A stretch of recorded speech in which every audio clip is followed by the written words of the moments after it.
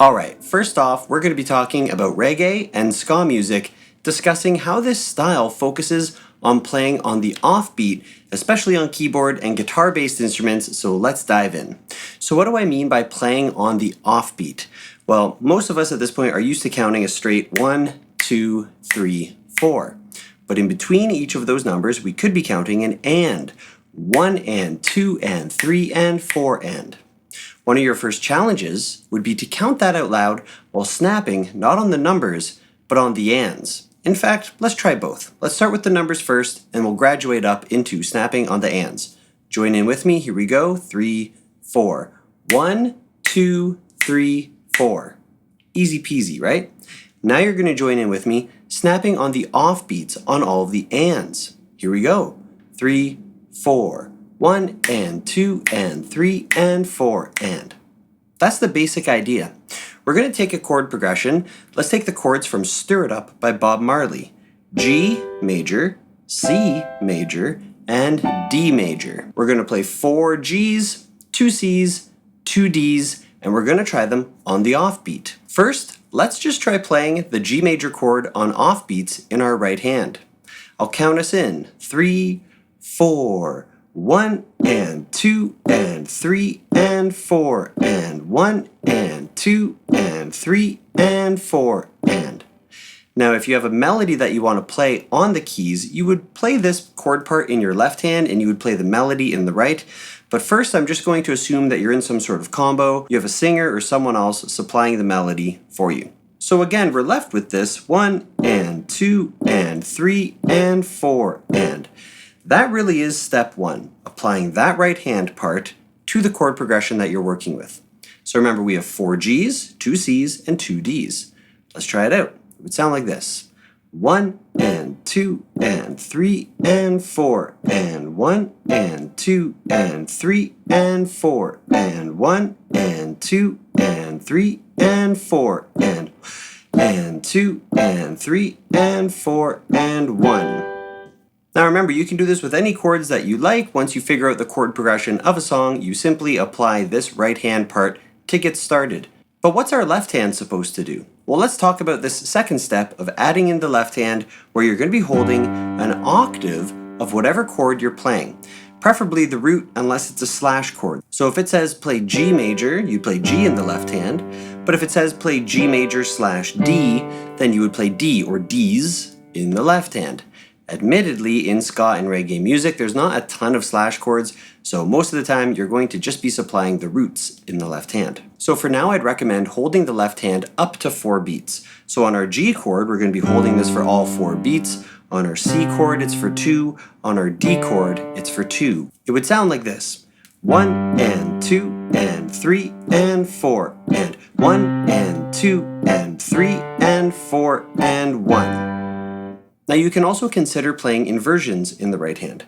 For the G major chord, let's say we start root position, you could play C major in second inversion and D major in first inversion to keep your notes really close to one another and to keep your hand closer to one position. That would sound like this. 1 and 2 and 3 and 4 and 1 and 2 and 3 and 4 and 1. That sort of idea. The third step that you can add here is a very subtle detail, and it's such a convincer. It really helps pull this sound together to sound like more professional style reggae. It would sound like this. We're going to take our octave in the left hand and play the occasional thumb while still holding our pinky. So we're playing both pinky and thumb and then restating some of these thumbs as little flicks, almost like a little tap of a drum. So after you play the first chord, that thumb, to get started, could accent just before every chord that comes afterwards. That would sound like this. 1 and 2 and 3 and 4 and 1 and 2 and 3 and 4 and 1. So we have this 1 and 2 and 3 and 4 and 1 and 2 and 3 and 4 and. Every time I'm playing a new chord, everything kind of plays together. So it's really on the next chords that kind of keep floating. So if there's like 2 chords, it would be the second chord. If there's 4 chords, it'd be second, third, and fourth chord. By floating, I mean just kind of chugging along, playing that pulse. That's a great time to throw in that left hand accent. Now personally, I don't like when this sound is overused, but I do use it quite a bit, just never too much in one setting. So it might sound something more like this. 1 and 2 and 3 and 4 and 1 and 2 and 3 and 4 and. Just using it a couple times per progression. Now again, if you don't want to be playing with a singer or you don't want to sing yourself, you can play the melody in the right hand, which means your left hand is going to be primarily playing on those offbeats. You don't get the big left hand octave with those little accents. It's just playing the chords. Again, you can use inversions, it's fine. I'm assuming at this point you're playing with a bassist. Even if you're not, it's not super important that you keep those roots on the bottom. You can, but there's a lot more jumping around involved, and that can make things a little bit more difficult too. So let's take this progression and play the melody for Stir It Up in our right hand. That would sound something like this.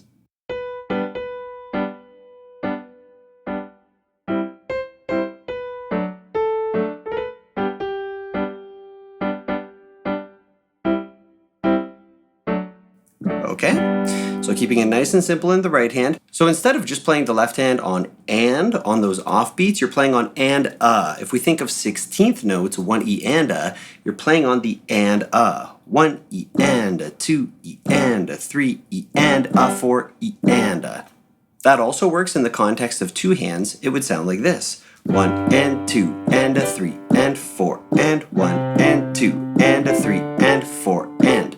Putting it all together with the left hand octaves and the accents with the left hand thumb and some of these double taps in the right hand, you get a sound like this.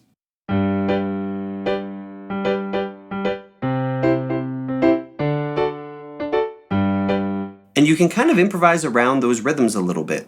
I had no direct intention to play certain beats on doubles and certain beats with those accents. It just it becomes a feel thing. The more you work with this, the more you can get away with playing it in a way that feels natural. Off the start, feel free to overuse it. You're going to have to overuse it for a bit so you can really get comfortable with that sound and understand how to play it in a subtle way that works for you and your band. Now we're going to discuss ska music, which takes a lot of the fundamental rhythmic tricks from reggae, but just plays it quite a bit faster. There's like first wave ska, second wave ska, two-tone ska. There's a bunch of different types of ska, so I'm going to give you like an overview of how to basically play ska, and then you can find out what subdivision or subgenre of ska you want to play and adapt from there. Now we are switched over to an organ sound, as it is very common within ska to play organ, and in this case I'm on a Yamaha on Jazz Organ 2. Find an organ that works for you, but this one works quite well, as it usually has a bit of a high, shrill sort of sound to cut through the mix, as there's not a lot of other instruments outside of horns up in that register. So if we were to play everything twice as fast, we would get something like this. 1 and 2 and 3 and 4 and 1 and 2 and 3 and 4 and 1 and 2 and 3 and 4 and 1 and 2 and 3 and 4 and. You'll see we're still playing 1 and 2 and 3 and 4 and playing on those offbeats. But something still doesn't quite sound super ska about this. What I want you to try in your left hand is playing the octave but just nice and short, nice and staccato. So you end up getting 1 and 2 and 3 and 4 and 1 and 2 and 3 and 4 and 1 and 2 and 3 and 4 and 1 and 2 and 3 and 4 and. Now I should also mention that organ sounds great in reggae. I'm not saying it's specific to ska. Feel free to use organ in reggae, it's used all the time, but piano is a little more appropriate in reggae, you'll hear it a little bit more. In ska, organs are just used so much that it's worth bringing it up as a fun instrument that you can try. So we have this 1 and 2 and 3 and 4 and.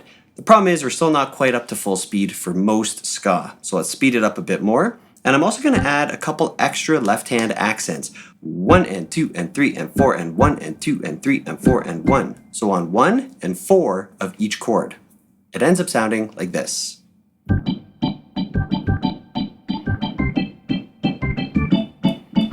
and 2 and 3 and 4 and 1 and 2 and 3 and 4 and 1 and 2 and 3 and 4 and 1 and 2 and 3 and 4 and. That's it. Again, apply that to a progression that you really like. Maybe it's something minor. Maybe it's like.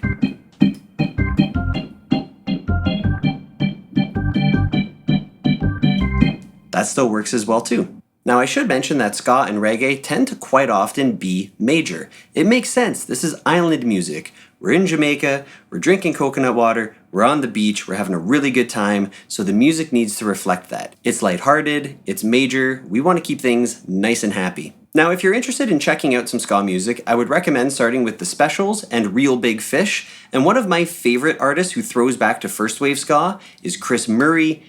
He's also Canadian as well too, like myself. I believe he's from out west, but he is a nomad. He's all over the place all the time. So feel free to check out those bands. And if you're interested to check out more reggae, please do feel free to check out the legend Bob Marley from Bob Marley and the Wailers. Also Damian Marley and Peter Tosh are great acts to check out as well too. So that gives you 3 reggae artists and 3 ska artists that you can check out to help you develop your listening skills within this genre.